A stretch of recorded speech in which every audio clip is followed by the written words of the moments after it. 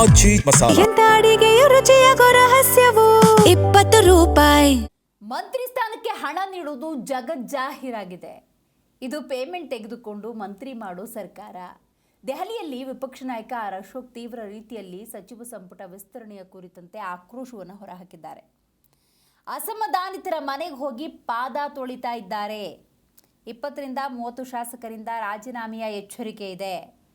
ಕಾಂಗ್ರೆಸ್ ಕದ ತಟ್ಟಲು ಲಂಚ ನೀಡಬೇಕಿದೆ ಅಂತ ಆರ್ ಅಶೋಕ್ ವಾಗ್ದಾಳಿ ನಡೆಸಿದ್ದಾರೆ. ಅಂದ್ರೆ ಹಣ ಕೊಡಬೇಕು ಅನ್ನೋದು ಜಗಜ್ಜಾಹೀರಾತ. ಯಾಕಂದ್ರೆ ಮುಖ್ಯಮಂತ್ರಿ ಆದ ತಕ್ಷಣ ಇಮಿಡಿಯೇಟ್ ಒಂದು ವಾರದಲ್ಲಿ ಮಂತ್ರಿಮಂಡಲ ಮಾಡ್ತೀನಿ ಅಂತ ಡಿ ಕೆ ಶಿವಕುಮಾರ್ ಹೇಳಿದ್ರು. 2 ತಿಂಗಳಾದ್ರೂ ಮಾಡಲಿಲ್ಲ. ಈಗ ನಾನು ಕೂಡ ಮೊನ್ನೆ ಮಾಧ್ಯಮದಲ್ಲಿ ನಾನು ಕೂಡ ಹೇಳಿದೆ, ಇದು ಪೇಮೆಂಟ್ ತಗೊಂಡ್ ಮಾಡಿರುವಂತ ಕ್ಯಾಬಿನೆಟ್, ಇದು ಭ್ರಷ್ಟಾಚಾರಿಗಳನ್ನೆಲ್ಲ ಮತ್ತೆ ತಗೊಂಡಿದ್ದಾರೆ.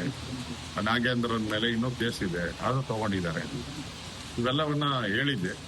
ಆಗ ಕಾಂಗ್ರೆಸ್ ಅವರು ಸಾಕ್ಷಿ ಕೊಡಿ ಅಂತ ನಮ್ಮನ್ನ ಕೇಳ್ತಾ ಇದ್ರು. ಈಗ ತಿಮ್ಮಾಪುರೆ ಅವರು ಮತ್ತು ನಂಜಯ್ಯನಮಠ ಅವರು ಮಾತಾಡಿರುವಂತ ಆಡಿಯೋ ರಿಲೀಸ್ ಮಾಡಿದ್ದೀನಿ. ನಿನ್ನೆ ನಾನು ಅದನ್ನ ರಿಲೀಸ್ ಮಾಡಿದ್ದೀನಿ. ನಾನು ಎಲ್ಲ ಮಾಧ್ಯಮಕ್ಕೂ ನಾನೇ ಕೊಟ್ಟಿದ್ದೀನಿ, ರಿಲೀಸ್ ಮಾಡಿದ್ದೀನಿ. ಅದರಲ್ಲಿ ಸ್ಪಷ್ಟವಾಗಿ ಹೇಳಿದ್ದಾರೆ. ಮತ್ತೆ ನಂಜಯ್ಯನಮಠ ಮಾತಾಡಿರೋದು ನಿಜ ಅಂತಾನು ನಂಜಯ್ಯನಮಠ ಒಪ್ಕೊಂಡಿದ್ದಾರೆ. ಈಗ ಅದು ಕಾಂಗ್ರೆಸ್ ಅವರು ಈಗಲಾದ್ರೂ ಅರ್ಥ ಮಾಡ್ಕೊಂಡು, ಕಾಂಗ್ರೆಸ್ ಪಾರ್ಟಿಯ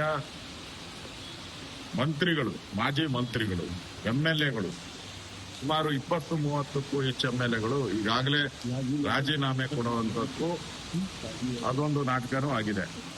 ಮತ್ತೆ ರಾಜೀನಾಮೆ ವಾಪಸ್ ತಗೊಳ್ಳೋ ನಾಟಕನೂ ಆಗಿದೆ. ಮತ್ತೆ ಮುಖ್ಯಮಂತ್ರಿ ಸುರ್ಜೇವಾಲಾ ಯಾವ ಪರಿಸ್ಥಿತಿ